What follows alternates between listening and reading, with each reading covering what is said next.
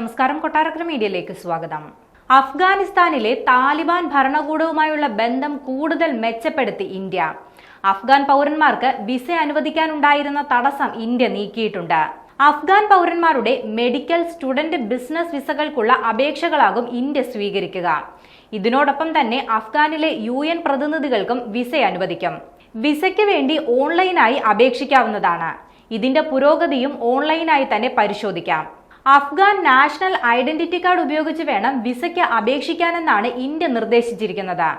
മാത്രമല്ല, എല്ലാ വിവരങ്ങളും ഇംഗ്ലീഷിൽ തന്നെ രേഖപ്പെടുത്തണം.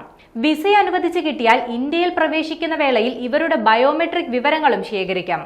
വിസയ്ക്കൊപ്പം അനുവദിക്കുന്ന ഇലക്ട്രോണിക് ട്രാവൽ ഓതറൈസേഷന്റെ കോപ്പിയും കയ്യിൽ കരുതേണ്ടതാണ്. ഇതിൽ അനുവദിച്ചിരിക്കുന്ന സ്ഥലത്തു മാത്രമേ പോകാൻ അനുവാദമുണ്ടാവുകയുള്ളൂ.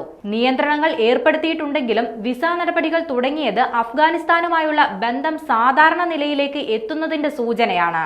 2021 താലിബാൻ അഫ്ഗാനിസ്ഥാന്റെ ഭരണം പിടിച്ചതിന് പിന്നാലെ ഇന്ത്യ കാബൂളിലെ എംബസി അടച്ചിരുന്നു.